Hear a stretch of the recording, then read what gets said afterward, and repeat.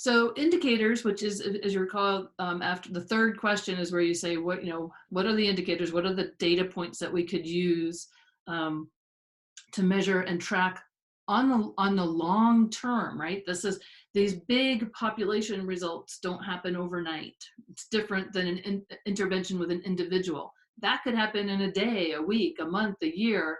These big populations, they're long term. And so it takes patience, and it takes revisiting, and it takes understanding the story behind the story about what else contributes to it. And so your strategies may be really working well. You think about water quality in the lake, lots of good things have happened. And sometimes that data doesn't come back showing that. And that's because there's other influences. So being able to understand and connect our impact in terms of stalling that or slowing down that process or not contributing more to those bad things in the lake, it needs that honest appraisal. And so understanding what that data is telling you and all the whys behind it. So you're going to want to look for reliable, timely, long-term data. You're going to try to have people at the table who understand all the things that are going into it. And again, usually you're looking outside of your organization for population level data. And the exception to that would be, the folks who are collecting the statewide data and sharing that information. And some of you do that. Either you're reporting to the state and it's getting pulled in, or you are the state, or some other big organization. Any questions about that?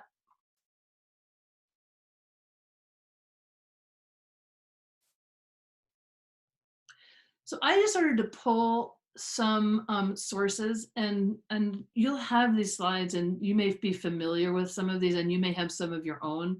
And what I'm going to recommend, like if you have a source, I would name it so that we can capture it or put the link in to the folders that you're collecting. I think the interesting thing about this, as I perused it, and I'll open it up to your comments, I found it really hard to navigate some of this data. There were a couple observations I have. There's a lot of data points, and there doesn't seem to be a whole lot of synthesis.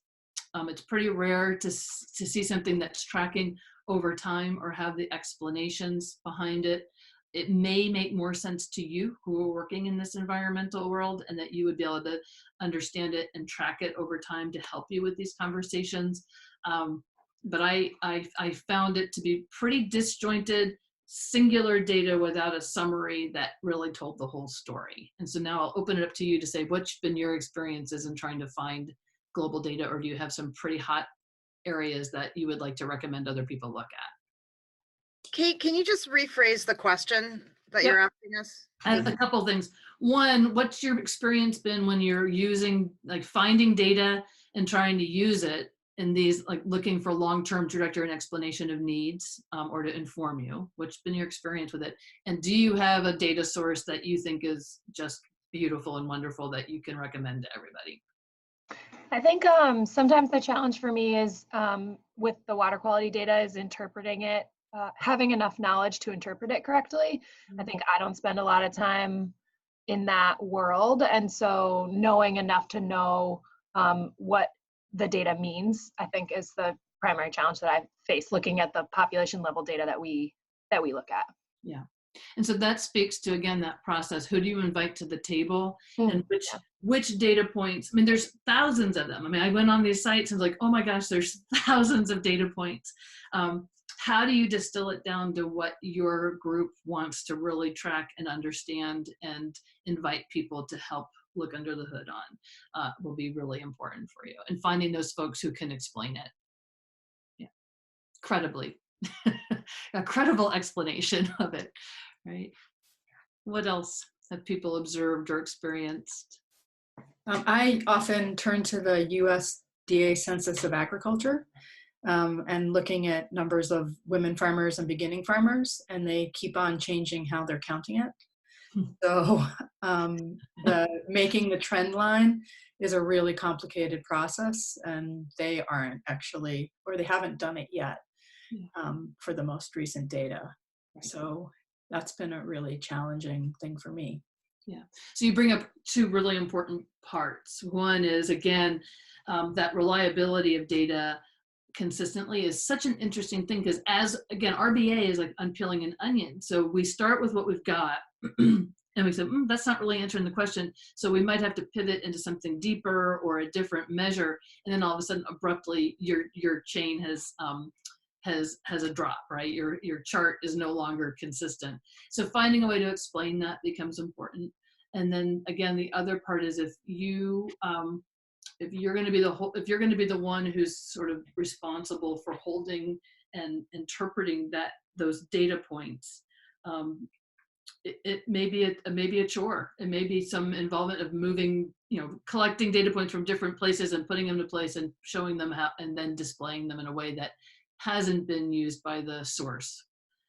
And I don't know if it's intentional or not intentional or just not knowing how to do that. But again, I love the RBA turn the curve piece where you've got your baseline, you've got your data, you're extending it out for the what's going to happen if we don't do anything different, and showing the gap between where you want to be. I think that's a really valuable thing, because a data point, one point of data without any history or projection is meaningless. What does the number 2.002 mean? I don't know. Is that good, bad? Is it the same? Is it different? Right? So trending it is really important. And Beth, would you be able to set up a document on the site that people can just put the sites that they're finding data onto, and you could put that one on there and these as well? And then I'd invite you each, if you've got a data source that you think is swell, throw it in there. Kate, I like using the Hartman Group.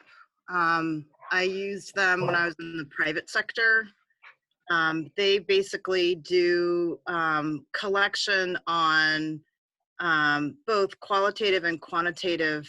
That's sort of the technique of tools that they do, but they focus primarily on consumer trends in the food and beverage market.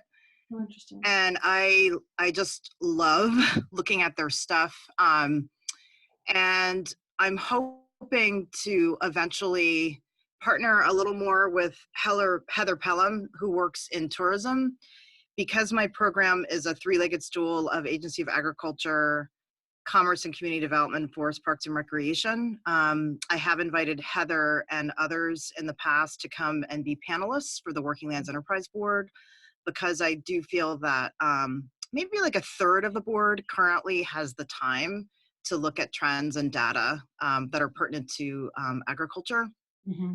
And this proved to be a really great tool for me when I was director of purchasing in the former position. But I love their insights. That's great.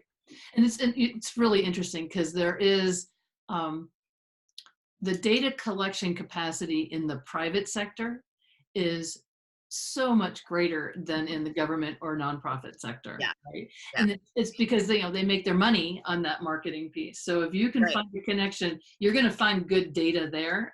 You find really consistent good data. Yeah, the really good stuff you pay for, but you can subscribe to some free newsletters, and there's good kernels in that.